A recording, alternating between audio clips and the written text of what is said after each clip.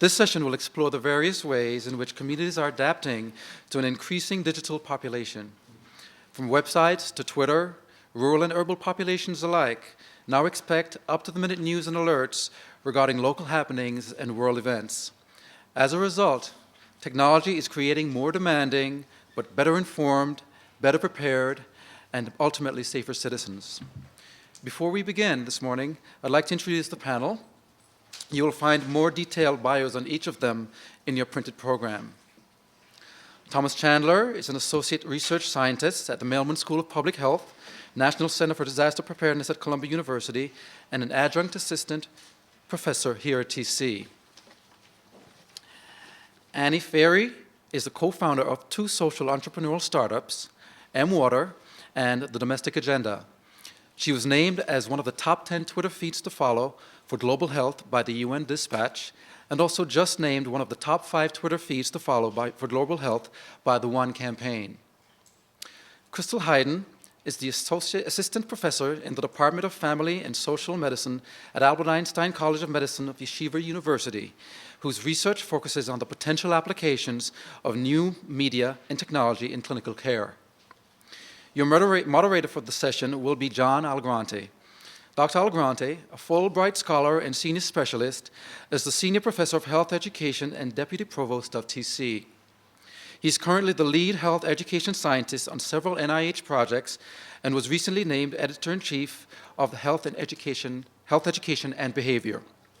And now, I'll turn it over to John. Thank you very much, Mark. And good morning, everyone. Welcome to Teach. Thank you very much. I'm delighted that you are here because I think this will be the best session of the morning, particularly in light of the comments that Jeffrey Sachs made at our opening plenary session about the power and the potential of the kinds of technologies that you will be hearing more about in terms of application in just moments from now. You've already heard a little bit about all of our panelists. I've just met Tom Chandler for the first time today, but I've heard about him. I've been working very closely with, well, maybe not as closely as she would like at times, but with Annie Feighery, who's one of our doctoral students, and doing just really terrific work, and I think has really shaped my own learning about the potential of these applications. And Christel Hyden, who graduated last year from our doctoral program in health education, is also with us, and again, you know already who they are. So we're going to begin. Each one of our speakers has promised me that they would keep their remarks to 10 or 11 minutes, which means that they will probably take 12 minutes. I won't be harsh with them, but I will be direct with them if they should cut into the next speaker's time. I don't expect that to happen. But we're going to start with Tom Chandler, and Tom's presentation is titled Leveraging Online Social Networks for Disaster Response. His presentation will address some of the ways in which online social networking tools have been used during recent disasters, such as the Hurricane Katrina in 2005 and the H1N1 pandemic in 2009. And he will also be discussing some of the challenges, some of the best practices, and some of the upcoming trends in this work. So Tom, welcome back, or welcome to Teachers College this morning, and glad to have you here. The floor is yours.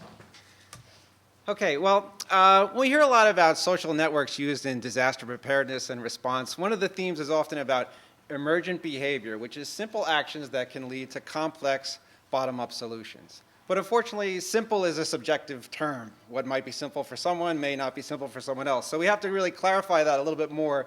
So online networks also require capacity, competency, and capability. So what makes a social network for disaster response effective? For capacity, there's a framework that's provided by David Abramson of Columbia University, which is really kind of like that of an orchestra, where you have issues of capacity, like in a musical performance, you have musicians, you have to have the correct number, and you have to have the correct number of instruments. Competency, you have to have the ability of each person to play that instrument, and capability is the ability for everyone to effectively play together in a collaborative manner that sounds good enough. What makes a social network for disaster preparedness? Primarily the same thing. Capacity, you have to have enough internet connections. for people to communicate effectively. Competency, the ability for each individual to be able to manipulate the program and to use it in an effective manner. Some social networking tools are easier than others. Twitter might be a little bit easier for the 50 and above crowd than some other tools. Capability is the ability of participants to effectively collaborate as a group to generate positive changes is really the ultimate goal. So let's look about these in terms of recent disasters that have happened in the US and overseas. September 11th, there was immediate need for lots of different types of geospatial information that could be effectively conveyed within an online social network. So there was a need for parking for large vehicles, morgue space, a registry of missing persons, and geospatial maps that were very large files. And we have to remember that on September 11th, the Emergency Operations Center that was in the World Trade Center was actually destroyed. So a lot of that map-based content had to be shipped from other places.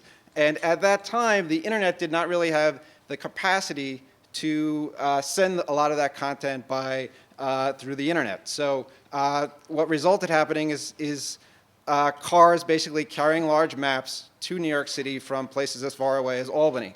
So at that time, there was really a limited amount of capacity, which then generated into problems in the competency and the capability for effective changes to be made specifically for online networks.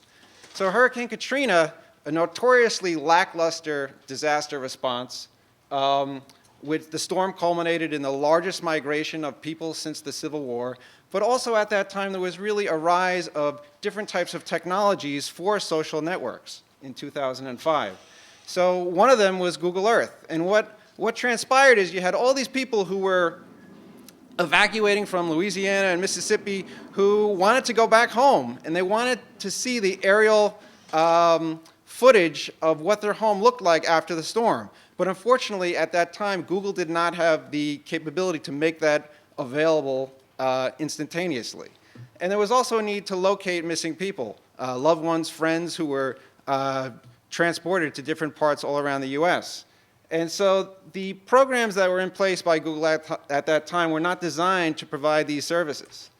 So you can see here, this is one of the registries for missing people available in 2005. So it was not until 2010 where Google, after the Haiti earthquake, developed the person finder. I'm looking for someone. I have information about someone. So there was, in some ways, the capacity and competency for developing these social networks, but not the capability to bring them together in a national, cohesive way to really generate a lot of meaningful change. And a lot of this began to change in 2007. This is really it's a really itty-bitty disaster compared to the others. Steam pipe explosion in New York City.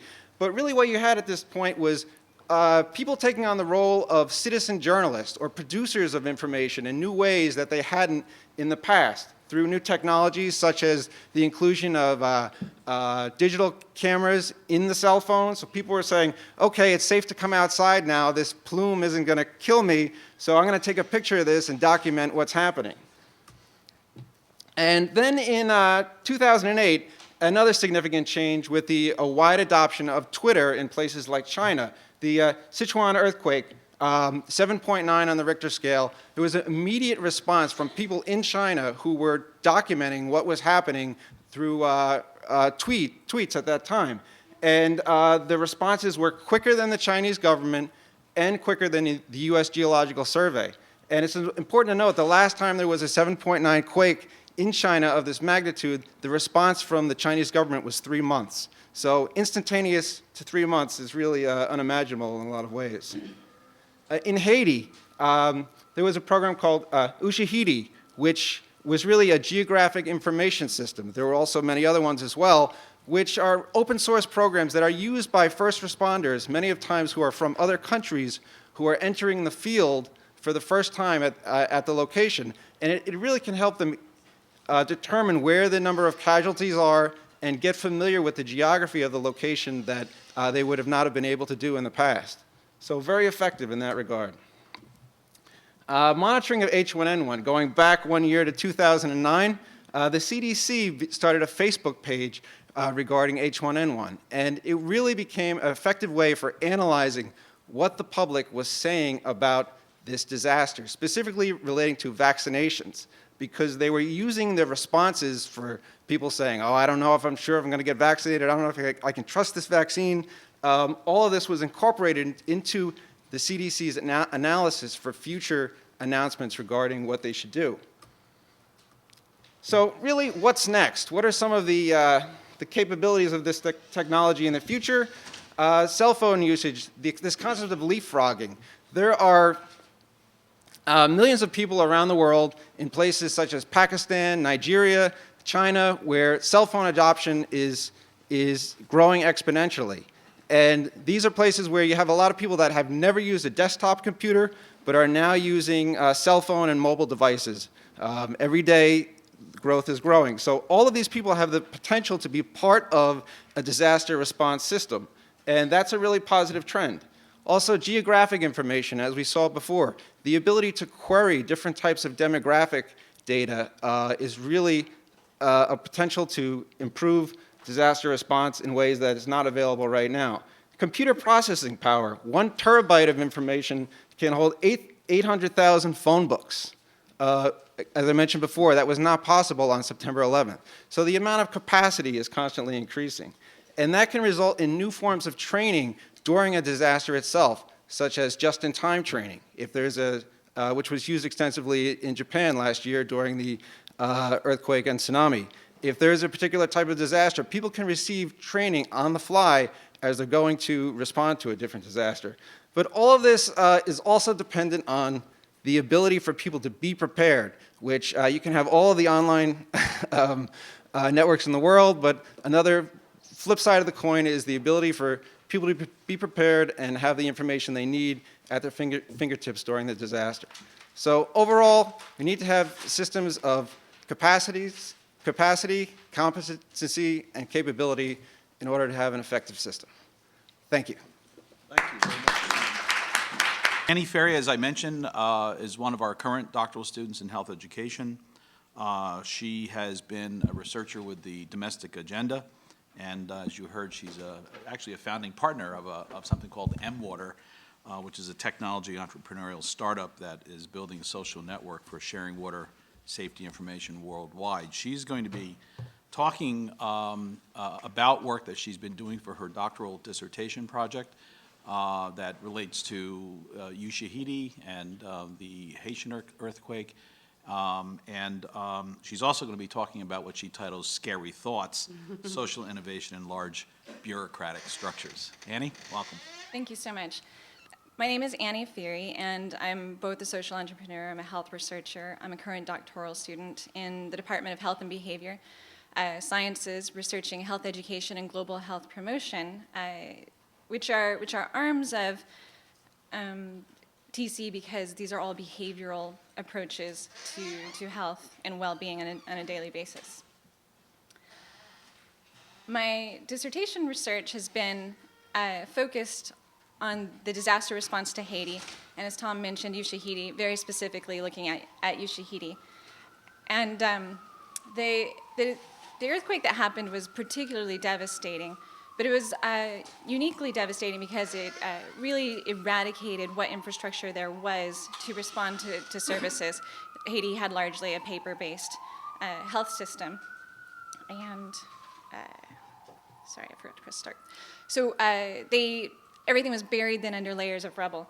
And the response, even the maps, were all very different. And the global response was unprecedented. This was really the first time that community response to natural disaster enjoyed some of the benefits of globalization. It became a global awareness of what was going on, and it became a global participation project to help remediate some of the damages and fix some of these unique problems about infrastructure and knowledge of what was actually on the ground happening.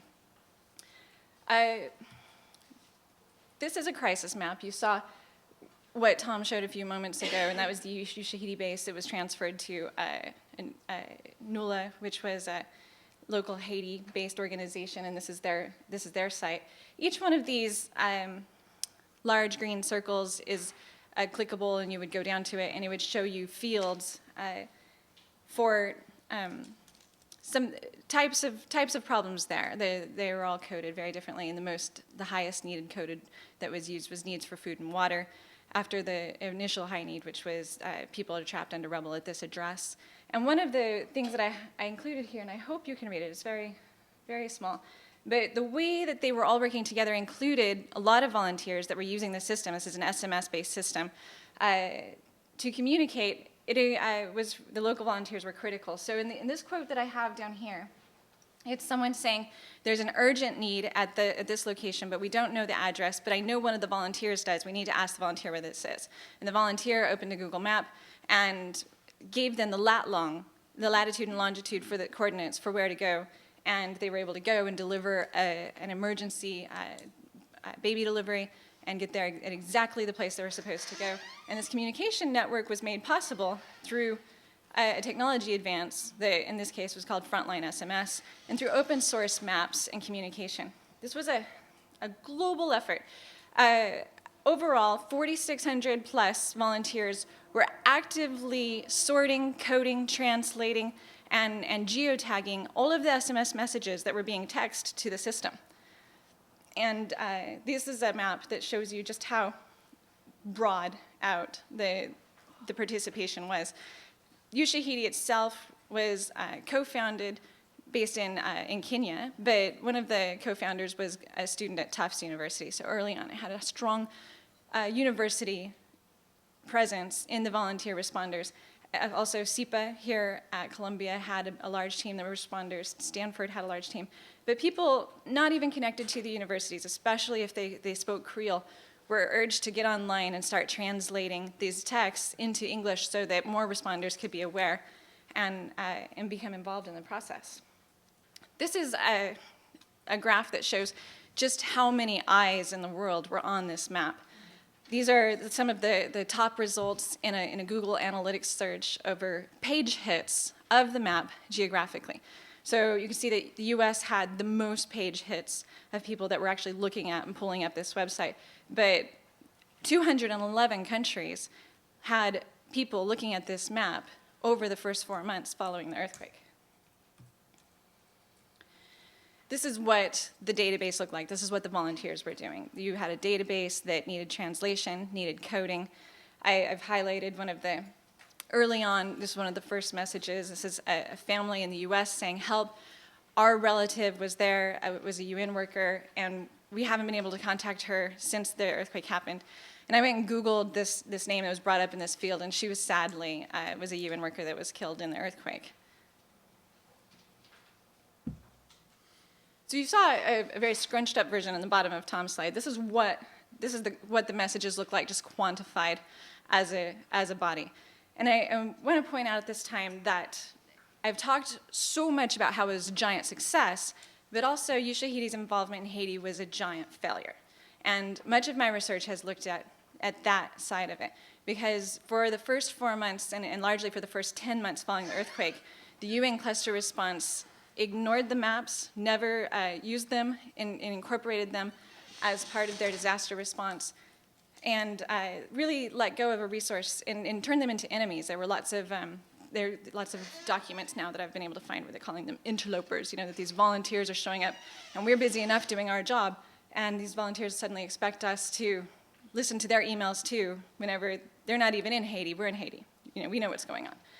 And so a lot of my research has been at what went wrong, like why did this happen? And a lot of it is that this was a diffusion of innovations crisis. There was an innovation in a large bureaucratic institution, and just the adoption process was very slow. It was painfully slow of a new technology. They weren't nimble. They weren't able to turn and respond very quickly to a new technology. So what I've done is, through qualitative research, looked at that, but more importantly, I'm trying to find a way that these messages could have been more valuable used, because we still don't have good ways of quickly analyzing and coding and responding to a large body, be it on SMS or Twitter, for whenever a disaster happens and people are communicating. It's people call it drinking from the fire hose. There's suddenly everybody now is talking, and how can we organize them? So this is just a very basic look at what these messages sent in the first 4 months look like by the codes that the volunteers worldwide were using.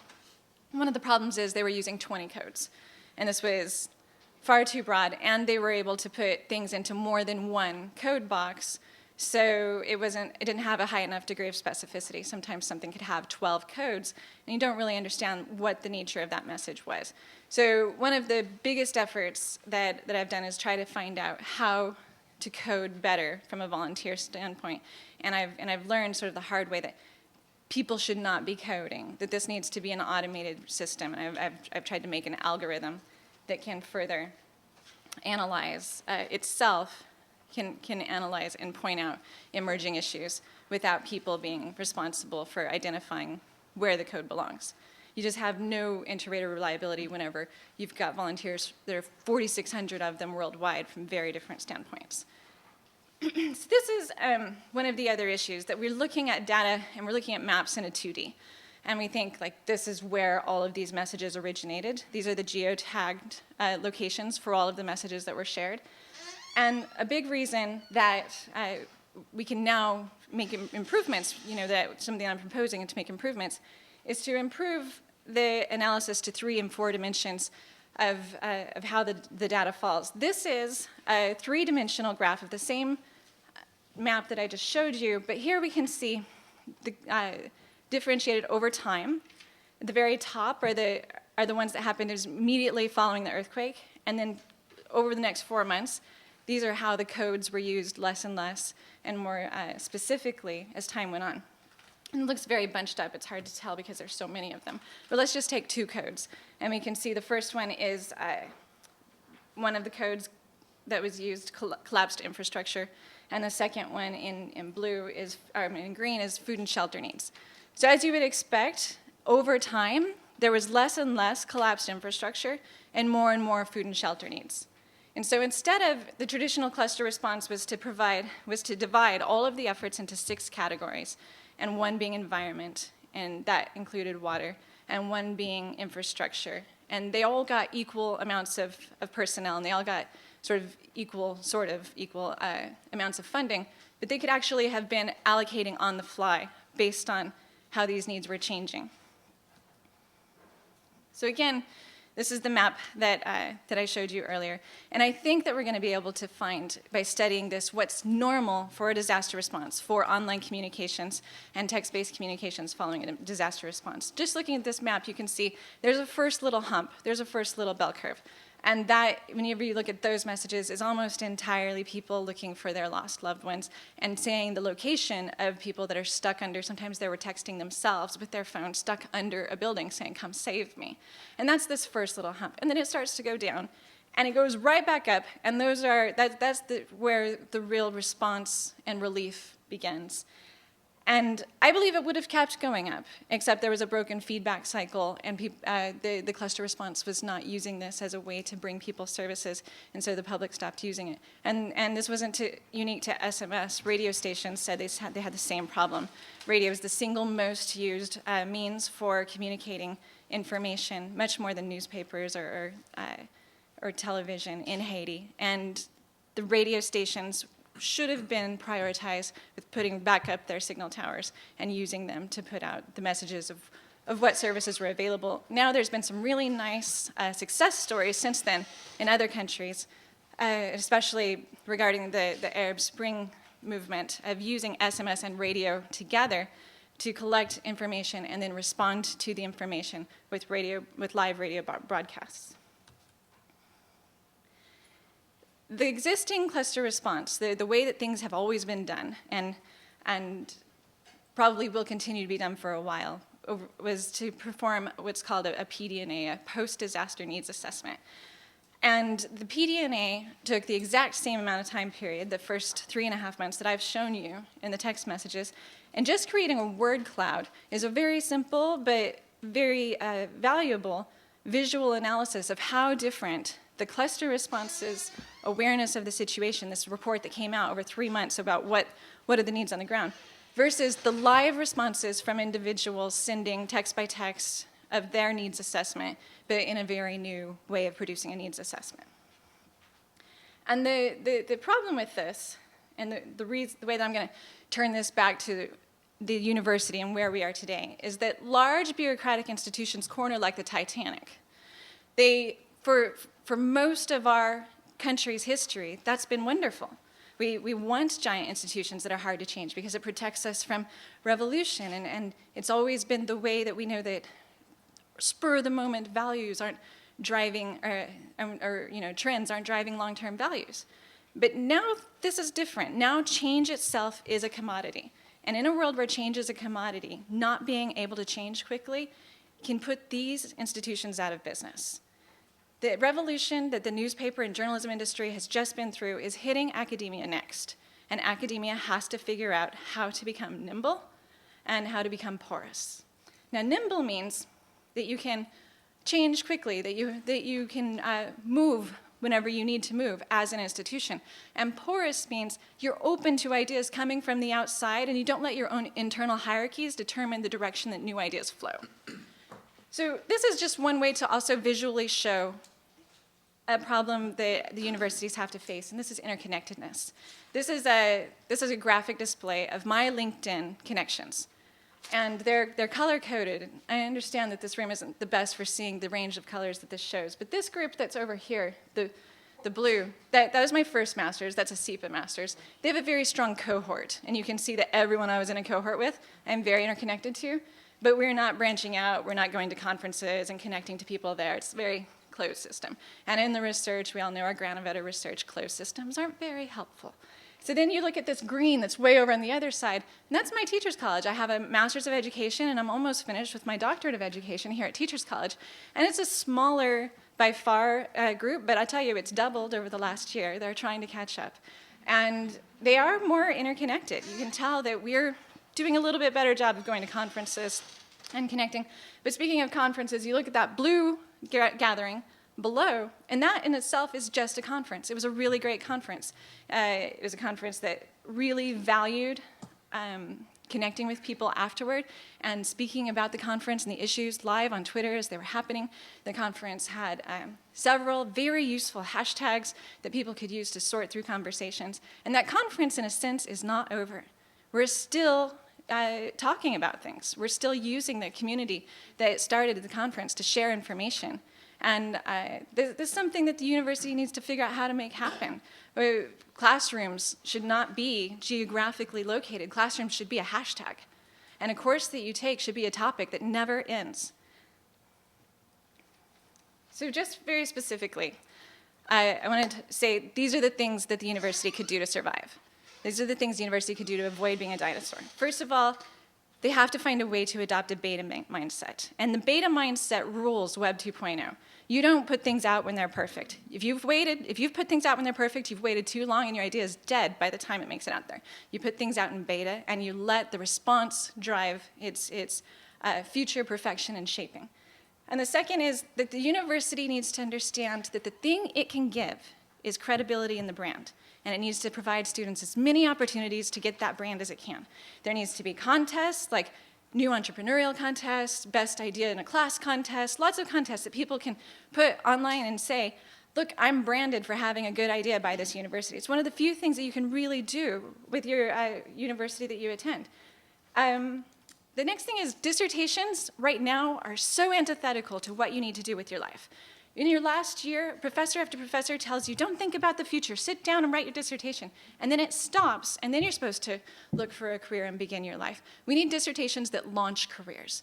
Why can't a business plan be a dissertation? Why can't we launch an organization as the dissertation? This morning, I listened to President Furman talk about all of the wonderful ideas that people came out and the great things that people started like 100 years ago, all the schools that started. I don't see that happening from the student body right now. I see the professors doing some things and writing some books, but students need to be making something amazing as their dissertation.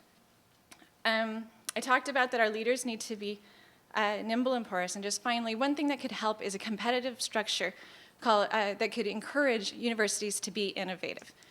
And in that line, universities care a lot about the US News and World Report that ranks them. If there was an index that ranked them by innovation so students could decide they're going to a university that does support innovation more than it supports the repetition of their old 100-year-old culture, the students could sort themselves to amazing places, and it would be a competitive structure that would decide universities' needs. So with that, I'm going to close, and I'll talk to you with questions afterward. Thank you so much. Okay, great. Our last presenter for the session is Christel Hyden, and Christel has a master's degree in social research methods from Hunter, and as I said, earned her doctorate in health education last year here at Teachers College, and she is currently on faculty as a junior professor at Albert Einstein. She's going to be speaking about some of the challenges of integrating new technology into programs and intervention approaches that provide online news and information in environments that have not yet adapted to accommodate the demand for it. So she's doing interesting work, and I think you will find that to be the case. Thank you. Christel, Thank you, welcome. Dr. Allegrante and my co-panelists, and thank you all for joining us here this morning. I know there are a lot of really interesting sessions competing with ours, some of which I'm sad to be missing, but I'm glad TC is connected enough that they're videotaping everything so I can watch them later. So yeah, like Dr. Allegrante said, I wanted to talk more specifically about some of the work that I've done and some of the challenges that I've seen in creating these kind of communities and creating these kind of connections, and hopefully to give you some things to think about and some tools if you're going to go into this work. Hopefully not so much to spend my 10 minutes complaining about the work that I do, although I could do that presentation anytime if you want me to come and do that. But today I really wanted to start by picking up with Annie's thread about the challenge of doing this work in older academic environments, and then talk more specifically about some of the institutional level challenges that I've hit. And to start with an example with a grant that I submitted just earlier this year. And for those of you who are not familiar with the traditional grant timeline, here it is. This means if I submitted the grant in the winter, I actually started writing it last summer or last fall. And the results from my study, which is to use online technology, email and text messaging primarily, to increase linkages to care for young adults for reproductive and sexual health in the Bronx, using the Montefiore clinics as a base. And so you can see that if I get funded, and everyone can do a little knocking on wood if you don't mind, then my work wouldn't start until January. I begin December, but really, let's be real, there's the holidays. So I'm starting, January of 2013. And my results, my final papers, are most likely not coming out until sometime in 2018, which I don't know about you. I'm still thinking like flying cars in 2018, Jetsons foods. It seems very far away, especially for the kind of work that I'm doing. And I wanted to put this in perspective by saying, what if I was at the end of a 5-year grant cycle instead of at the beginning? What if I had submitted this grant in 2007? Which means I would have started writing it sometime in 2006. And in 2006, there was no iPhone, if you can believe it. In 2006, Facebook was a small website with about 12 million members. They have right now about 845 million. In 2006, when I was writing this grant, about 60% of people were using text messaging regularly. Just by a quick show of hands, who here in the past 24 hours has either used a smartphone or Facebook or text messaging? Yeah. So the program that I would have submitted in 2007 would have taken none of these into account, even though, I might have known the iPhone was coming. I couldn't have known it was going to be like the second coming. I couldn't have known what it was really going to do. And so my program at some point in 2009, 2010 would have really struggled. And I would have had to do one of two things. I would have either had to change the intervention I developed midstream, because FYI, the NIH is not going to give me a couple extra years and a couple extra $1,000 to do that. Or I have to keep going with it and not publish my papers most likely until next year about the idea that I had way back in 2006. And this actually has happened to a lot of researchers. Shana Bull is one example. She started a really innovative intervention on MySpace. Remember MySpace? She started an intervention on MySpace and had to do exactly that. She, midway through, they had already started recruiting people, had to stop and recreate a whole new intervention on Facebook because she realized we're working on something that by the time we get it published is going to be completely obsolete. And that's the challenge that we have a lot of times, that the new technology in social media uses totally different metrics. It uses different measures of accomplishment. It uses different timelines. But at the same time, my academic environment wants to see peer-reviewed publications and federal grants. So that requires some sort of change of paradigm that we're not going to accomplish today, obviously, but to start thinking about how can we do rapid response, shorter-term grants? How can we get more results from the beta products that Annie mentioned? How can we speed up the peer review process so that we're not giving up this scientific rigor, but at the same time we're not publishing things 3 years later when it's sort of a nostalgic kind of article versus something that's useful to the academic community? So that's sort of the food for thought on the challenge of doing this work, because I love the academic structure that I work in, but it's that challenge of really trying to fit my square peg into that academic round hole. But I want to go then to talking more specifically these institutional level challenges that I've seen, because those are the things that we can address more easily day to day. And I wanted to start with this quote, which is from the description of this session, because I love that it does point out that people do expect the information. They're out there with the desire, the demand exists, which is nice because that means we have this kind of field of dreams kind of thing opposite, where we don't have to build it and see if they'll come. It's built, and they're there.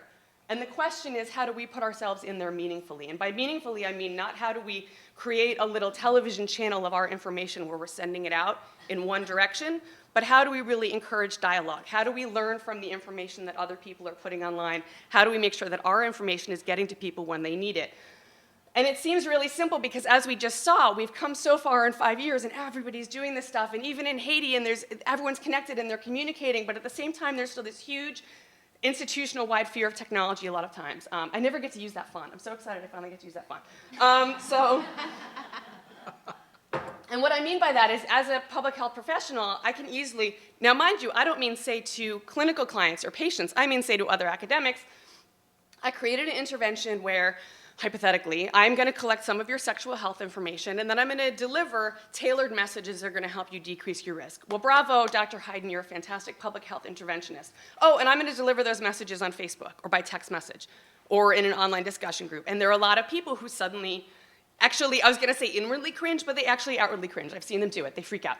And it's part of this just fear of technology and fear of the new. And I'll give you a more concrete example of this. One of the clinics that I work with I also have an affiliation with Columbia University at the Harlem Health Promotion Center, and one of the clinics I work with serves HIV-positive adolescents and young adults. And as many of you know, they're a known population, not so good at medication adherence, who have a condition that relies on medication adherence. And what we wanted to do was use their cell phones for reminders. And as an aside, I will tell you, we do have some patients who, after getting the reminders, have now dropped, their viral loads are undetectable. All we wanted to do was send them the word remember at whatever time of day they wanted to get the message. So we weren't collecting protected health information, we weren't storing it, we weren't transmitting it. And I work with Mobile Commons, which is a beautifully simple online interface. They were just on WNYC earlier this week. Some of you might have heard them on Brian Lehrer. They created this lovely web portal, and you can see some of my text message campaigns that I have going on right now, where sending a text message for me is as simple as sending an email. I can log in, I can decide who the recipients are, and I get it going. That's the simple part. The challenging part was the larger medical center that oversees this clinic, and step one was for me to fill out this 20-page application because they had no mechanism for approving this activity except to treat this website as any other piece of medical equipment that we wanted to bring into the clinical setting. So, and if you were reading this application, it's literally page after page of me going, it's a website, it's a website, it's a website. And so the 20 pages was actually only the beginning, because that launched these series of phone calls that we had to have with legal and with IT and about what we're going to do. And so I would encourage you, first of all, if you're going to get into this field, to become very fluent and very conversant in being able to explain what makes your system work and what makes your system safe and what makes your system comfortable. But the thing that I noticed that was most interesting was that the concerns they kept bringing up were not really so unique to this system. So, for example, one of the lawyers at one point said, well, what if a disgruntled staff member wants to start sending nasty messages to a patient? And first of all, I'm the only one who runs the system, so if nasty messages are going out, they're really easy to trace, because it was me. But we had these conversations, and I kept saying, well, they could do that on the phone right now. Like, what stops them from doing that? First of all, that's an HR problem, but what stops them from doing that now? And what I finally had to come down to was, you know what, let's look at your system right now, and let's look at my system, and let's really see who's protecting the information a little bit better, who's stopping the staff member from using patient information in an inappropriate manner.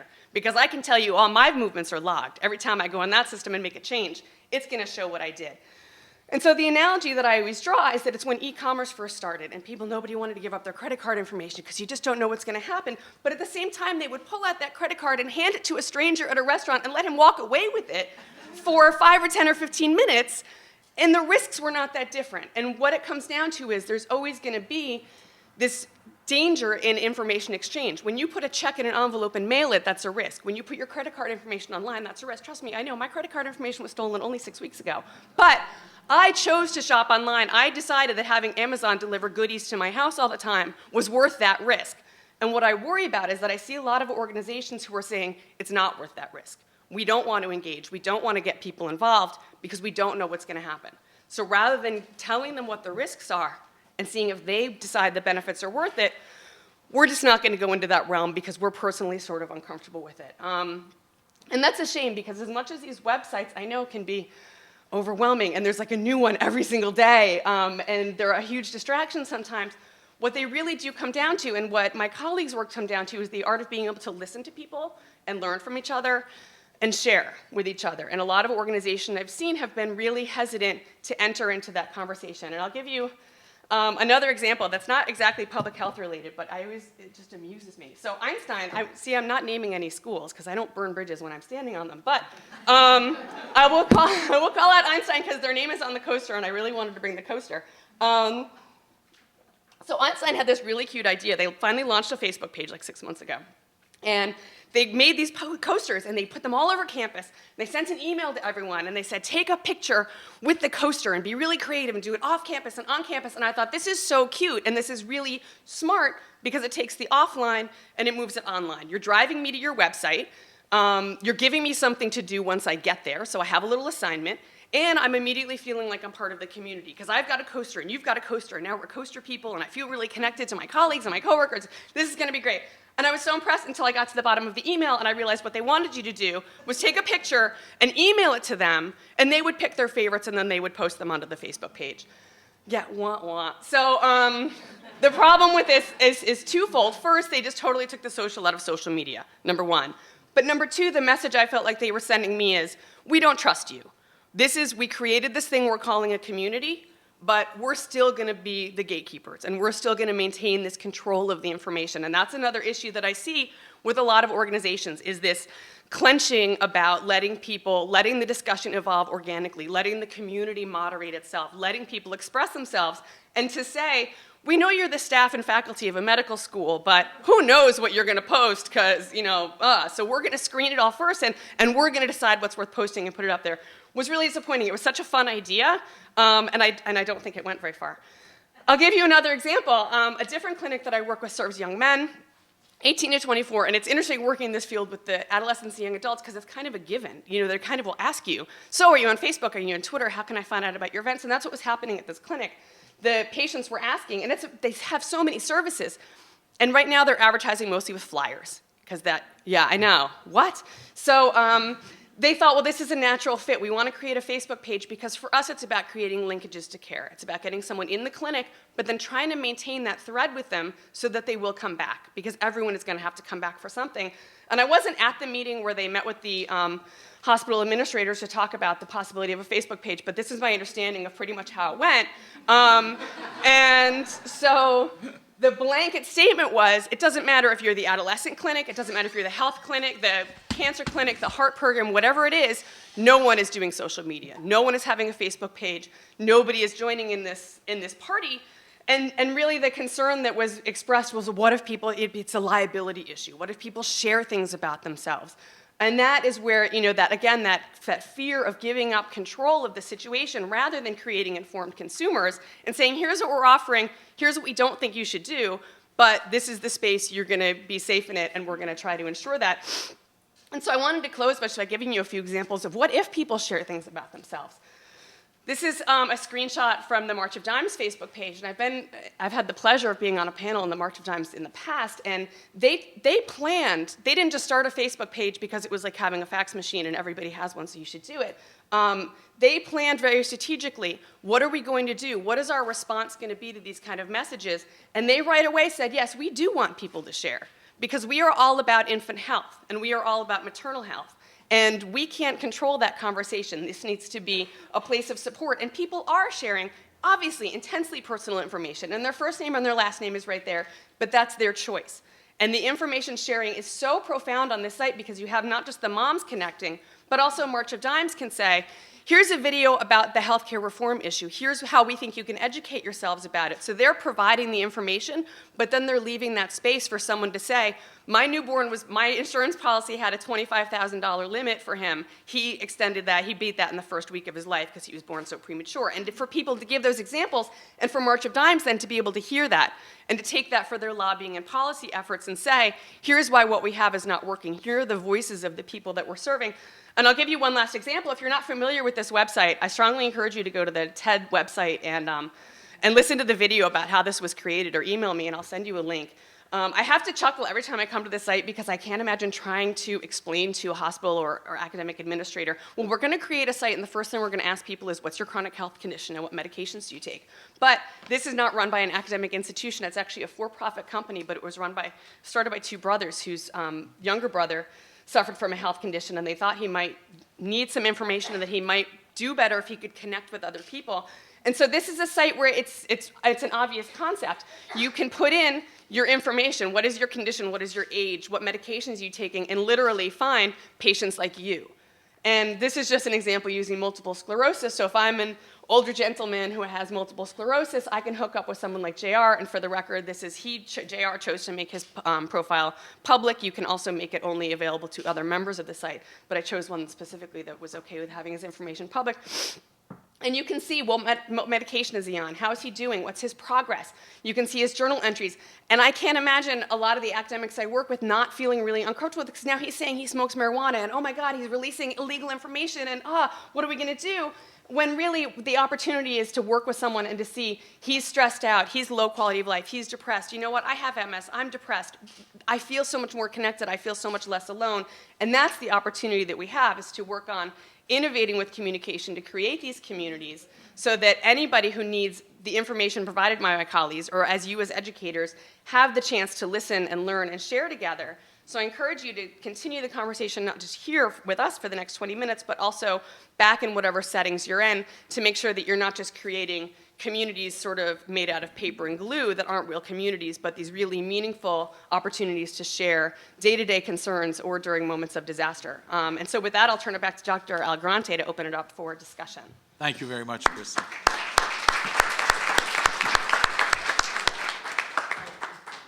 Well, we've just heard three discrete but I think very highly related talks about how technology is enabling us to connect with each other, and particularly around response to disaster, as well as health-related concerns and issues that people have. This is your chance to join the conversation, as Christel has invited you to do. So I'd like to just pause and ask if we've got a question or two or comment from the audience, and if I can sort of catch the hands up, I'll try to get them in order. This gentleman and this lady, and then we'll go from there. Please. I'm an old geezer, probably the only rotary cell phone in the room. The question I have, is there a trade-off between the quantity of contacts and the quality of ideas? As a subset, are we becoming a world of cyborgs? I'm going to ask each one of you to take a shot at that. Sure, go ahead. We'll start with Tom. I mean, I think in some ways there is the danger of the democratization of public opinion, and there is in certain areas a change in the quality when everyone in society has the opportunity to be a producer of content. It is a radical shift in how we create things and how we view the world. But at the same time, in terms of disaster preparedness and response, I think a lot of the polls show that in New York City, if you poll people and say, are you prepared for a disaster? Most people will say, yeah, I'm ready for the ambulance to come in about 3 or 4 hours. But a lot of the EMS studies show that that's not the case. You're going to be on your own for, if it's a large-scale disaster, for possibly 3 days, 5 days. Do you have enough food and water and for yourself and your family? And so I think there's a place for new technologies to share some of the load of these societal problems, and that people more and more are beginning to realize that and embrace them in some ways that they haven't in the past. And I think overall that's a positive thing. Sure, and I think one of the trends that I'm looking forward to over the next, I can't even predict how many years because I couldn't have predicted half the stuff that's happened, but is that people now are getting much more refined and specific about their sources of information. And so it used to be kind of, people would join Facebook and suddenly they had 2,500 friends, and that was like, so, and you were watching the number go up and it was really huge. And you see now people really starting to scale down those experiences and starting to unfriend people and not feeling guilty about it because it was, well, why did I really friend you in the first place? And that same sort of thing with our sources of information, that they were very broad and they were that fire hose and you were constantly being able to watch information scrolling in front of your eyes all the time. And what I'm looking forward to now is all of us having the opportunity to, as these new networks develop, really fine-tune and really start to choose the most appropriate channels and the most appropriate information for us, like on patients like me, where instead of going to Dr. Google all the time and putting things in, being able to really pinpoint in a much more meaningful way the information that you're getting from this huge fire hose that's available. So I think it's important to remember that with each advance, there's been fears that it's going to dehumanize us, leading back to the telegram. And what's really offered here is more democratic communication. What's really offered here is more ideas. I think that the pace and the rate of change has increased, and that's scary to a lot of people, and they respond with fear. But what's happened has been a net gain, a net improvement, because the worry instead is that a lot of people are having those ideas that never come out. They're just quiet. They don't have any avenue for communicating to each other, whether it's, I've got water stashed in my basement in case the block doesn't have any water in this hurricane, or whether the idea is, I think that we should overturn this ruler. Those are scary ideas. Okay, did you want to rebuttal? Well, I don't think you really got to the answer to the question of the trade-off, because I think that, especially in some of our academic areas, we spend a lot of time thinking deeply about things and not reaching out to many, many people, which is fun to do, but it doesn't necessarily lead to the solution of a problem, because I don't think a lot of problems are solved by contacts so much as by deeper thought. It's more of a philosophical question that I'm trying to put on the table. Great. May we leave it at that for the moment? Yeah, thank you. Please. Okay, I was curious that you mentioned Google, and I was curious though, when you're sort of designing these large or kind of existing sort of systems, how responsive are they to, being a part of this sort of say, social mission, or if that's not exactly what they were created to do, but and if how responsive are they, and like what within that institution, or are there like sort of smaller groups that you work with, or they working with outside groups that adapt their technology, or how does it work? Well, I think with the case with Google, one example would be a positive one would be the Google Flu Trends program, which one of the concerns with online information has always been again, going back to the situation of the democratization of information, is can you do predictions that would be as accurate as you would in a traditional research environment? And the Flu Trends program was really one of the first examples where they would look at examples of what people were typing in during H1N1 and other potential pandemic situations, and people are typing in Tamiflu or flu or feeling a little sick, and they would look at those search terms and then try and do a prediction of the how much the pandemic was spreading at particular times. And the findings were that the predictions that Google had for this Flu Trends program were very similar to what the U.S. Centers for Disease Control was doing during the same period. So it was an example of using an online program for just really search terms to predict the spread of a disease, which was a new form of analysis.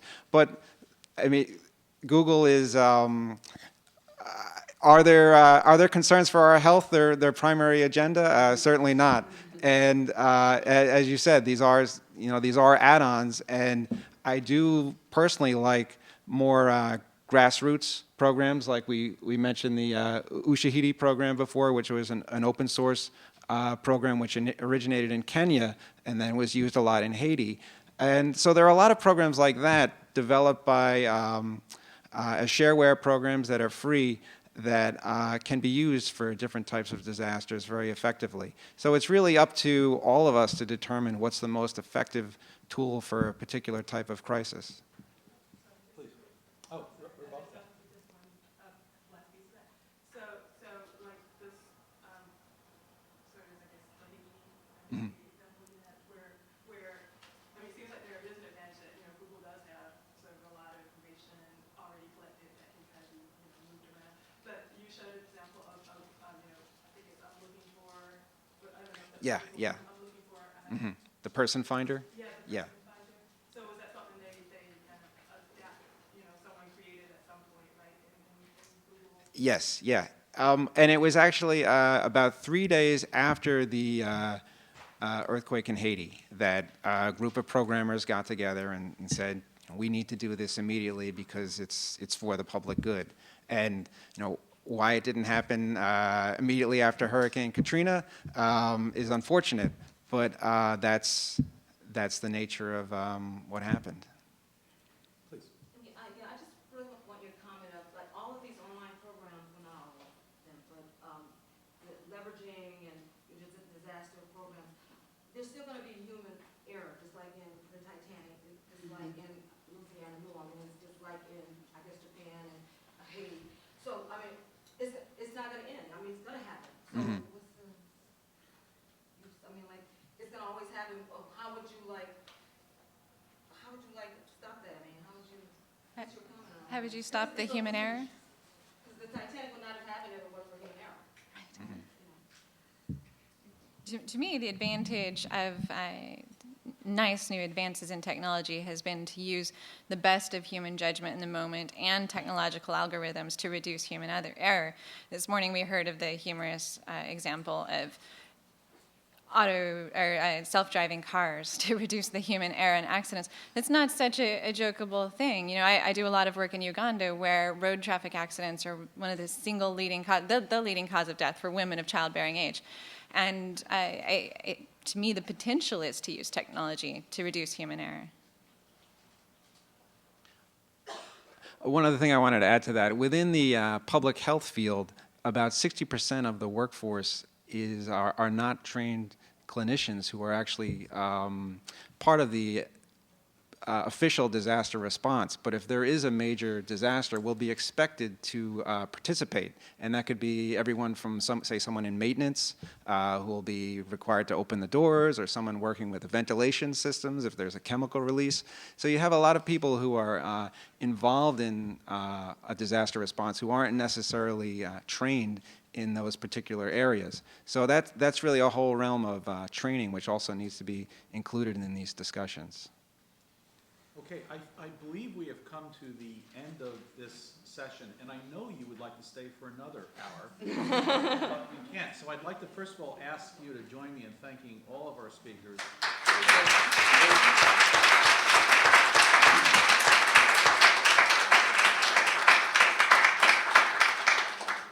I heard a lot of insightful, spelled with both an S and a C, comments from our panel. I really wish we could follow up, because I think there are lots of implications when we talk about more democracy, more choice, and more connectivity. And it was fascinating to hear our panel talk about some of the concerns with institutions like the academy, and how are we going to respond over time to operate more in real time. So I think that there are lots of questions on the table that we're going to have to leave on the table for this session today.